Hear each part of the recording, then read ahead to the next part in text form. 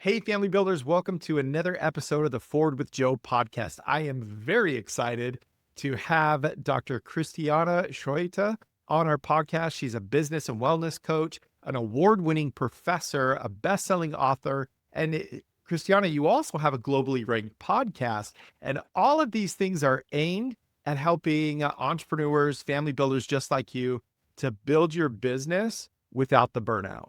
And that's really key, right? Because burnout is something that's very real, very much a risk that all of us face. So, and family builders, Dr. Schroeter has put together an incredible resource that helps you discover your own superpower so you can avoid burnout. And so make sure you listen to the end so you can get the link to get that resource for free. So again, welcome. Tell us a bit more about yourself, Christiane. What makes you tick? What moved you in your journey in this direction? First of all, thanks so much for having me.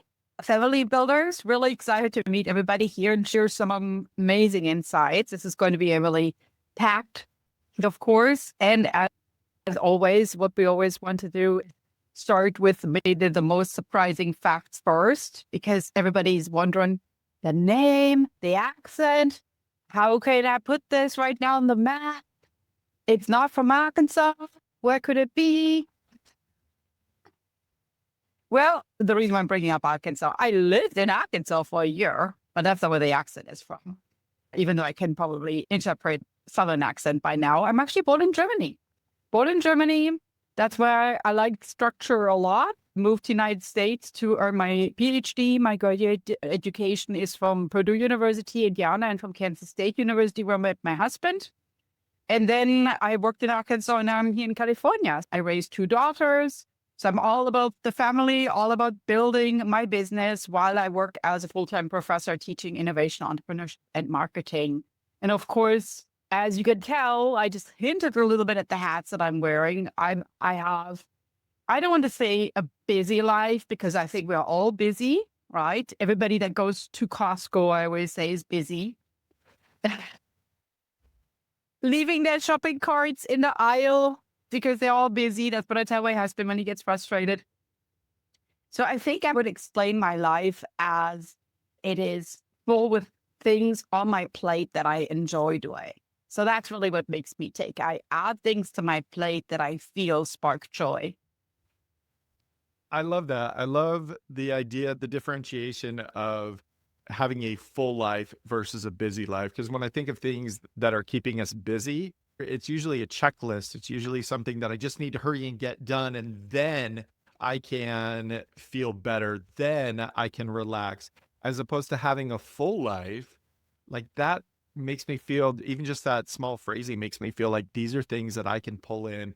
These are things that I can embrace. I would imagine that small verbal shift is really just a drop in the bucket of things that you help entrepreneurs do to avoid burnout. So you've actually developed your own proprietary method to help people avoid burnout. What is one of those things that you're doing right now to help entrepreneurs? I love that question because my proprietary method is called Petite Practice.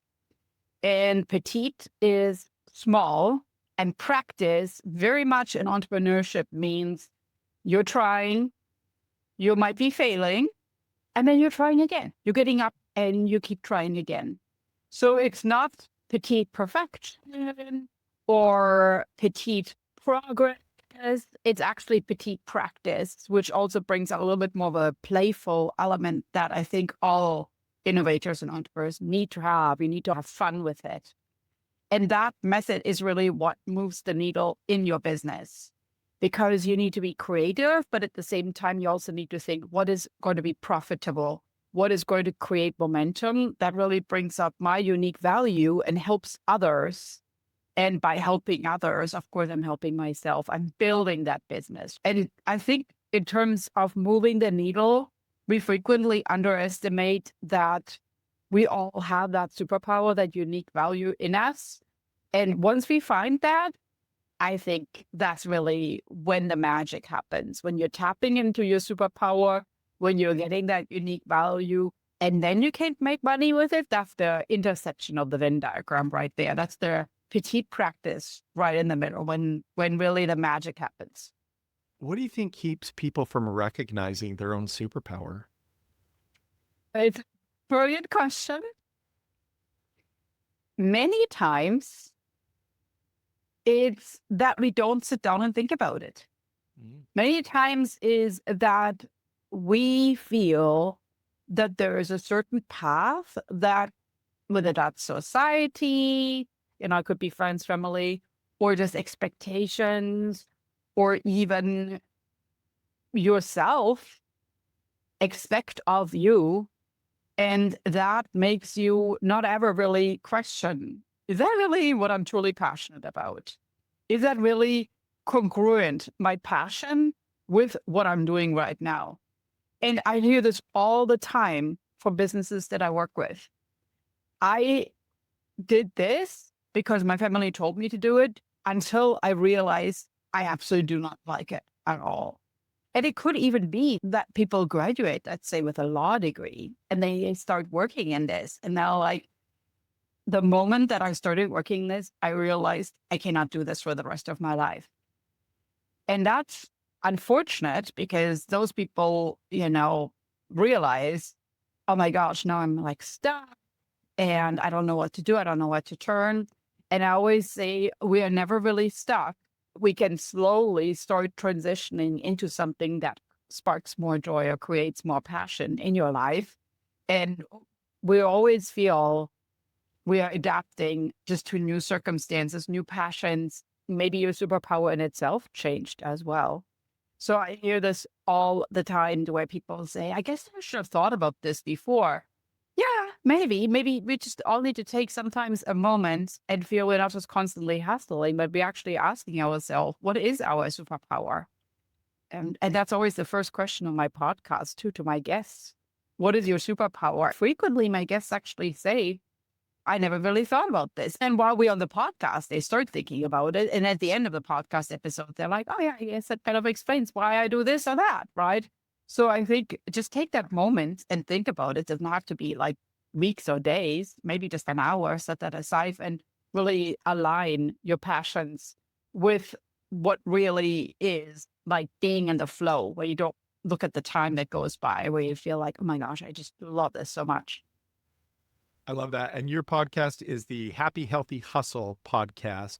So, family builders, if any of you, when you're done with this episode, want to go check out some of the things that she's talking about with her guests and realizing superpowers at the Happy, Healthy Hustle podcast.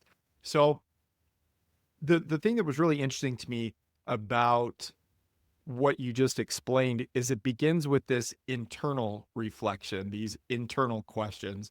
And I think sometimes we're looking outside ourselves for answers. And it is good to look for experts and individuals that can help you blossom, to help you to grow. I mean, that's why we listen to podcasts. That's why we follow people and try to learn, and we go to school and we get an education. We're looking at people that have that information, but we hold so much information inside ourselves that we forget to ask. And so if I'm hearing you right, some of the things that because I'm really focused on this avoiding burnout element, and I know that's a small piece of what you do, but what you're communicating and what I've listened to on your podcast and read about you, that it all integrates. And it's really this introspective opportunity to discover who we are, discover what we're passionate about. Because that lawyer who spends all that money and all that time going to law school, right? And then they realize they don't want to do that for the rest of their lives, but they do feel stuck. So, and I think that can come about as well, because I noticed on your site, on your podcast, you work with a lot of moms. I know entrepreneurs in general, but I came across a focus on moms. And I think that is another segment where Mhm. maybe moms feel stuck. What is a challenge that might be unique to moms, unique to parents, that you've really come to enjoy helping your clients overcome? I love that question because first, addressing the overwhelm.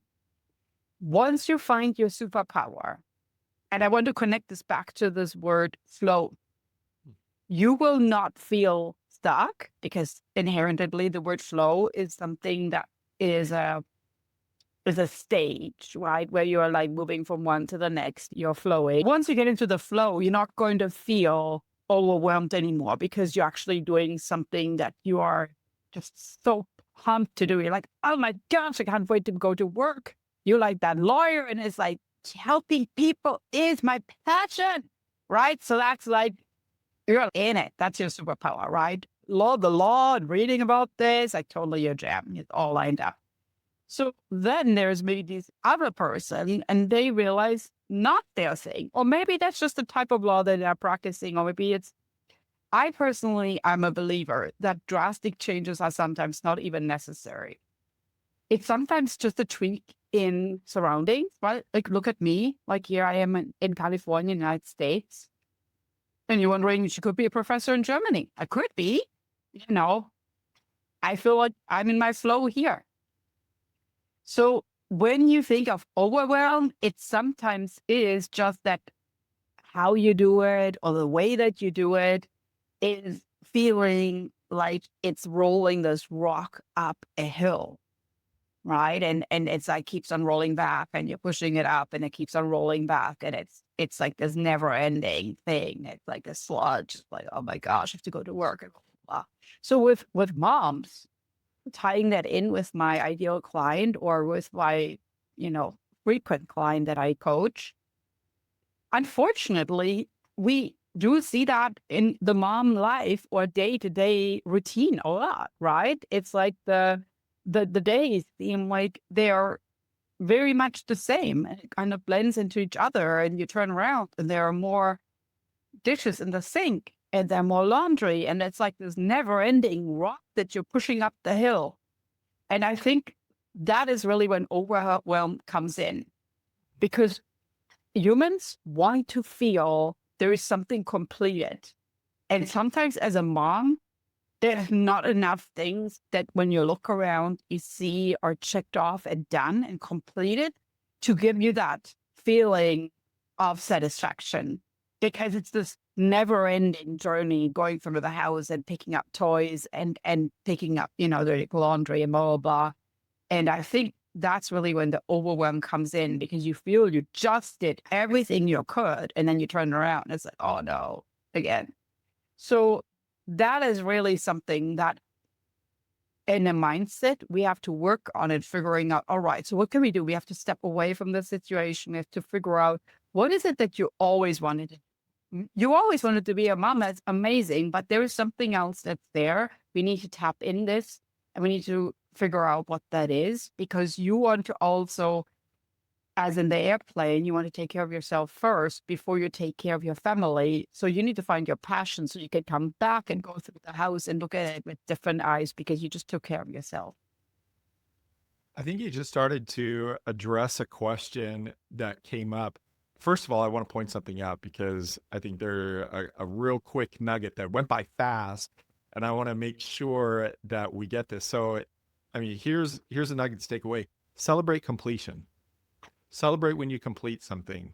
When I make dinner and I'm done making dinner and I'm watching my family eat the dinner, I need to celebrate that rather than my wife does most of the cooking, but when it's burger night, that's Joe's turn to cook. So celebrate that instead of going like, okay, I need to get the grill cleaned. I need to do this. I need to hurry and eat my food while it's still hot. Just pause and celebrate what's been completed, because you pointed out that that's a distinct thing as humans that we need. And so whatever it is, the laundry's never done, the dishes are never done.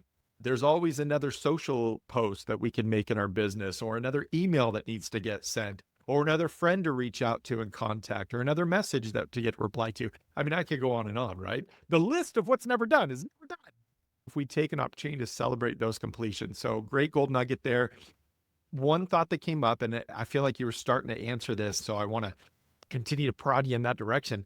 The question that came up for me was, what if, what's the best way to phrase this? Okay, so there was absolutely a time in my journey where I wanted to be passionate about my family. I wanted to be passionate about my marriage, but that was hard and business made sense. So it was easy for me to turn to the thing that made more sense, that I was seeing completed tasks in. I didn't think of it in those terms at that time, but now I recognize part of that as part of it.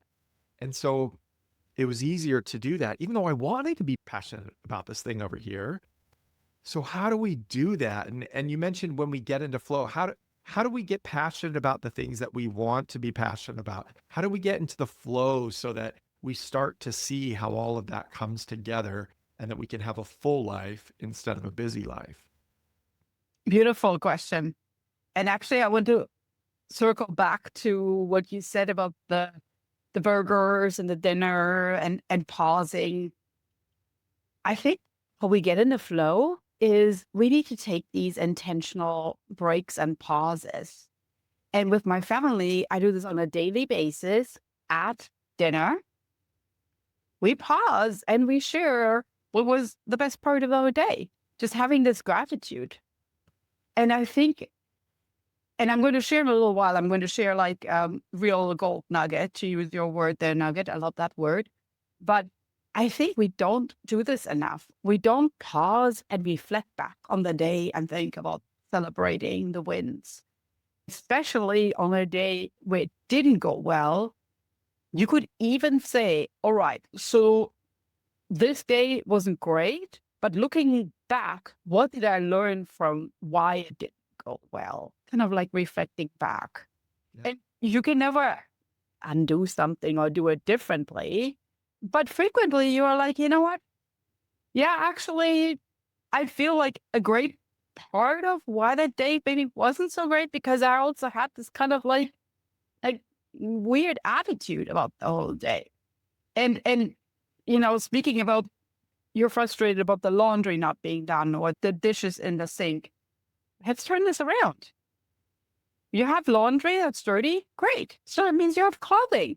That's amazing, right? I mean, you have laundry that's piling up. It must be a substantial amount of clothing. That's pretty awesome, right? It's pretty great. You have choices in your life of what you put on your body. Awesome. You have dishes? Great. You're not eating on paper plates. No takeout. It's great, right? So you could even turn this around and think of all these little things that we are frustrated about. I mean, you're walking through your house and looking that it's dirty. Great. You have a house to live in. I mean, like, there are so many things that you just flip the switch. I can tell my children, like, sometimes they're like in the skunky attitude and like, zip it. We got to like, whoa, like, let's maybe take a moment and step back here. Like, I totally get where you're coming from, but wow, like, woof.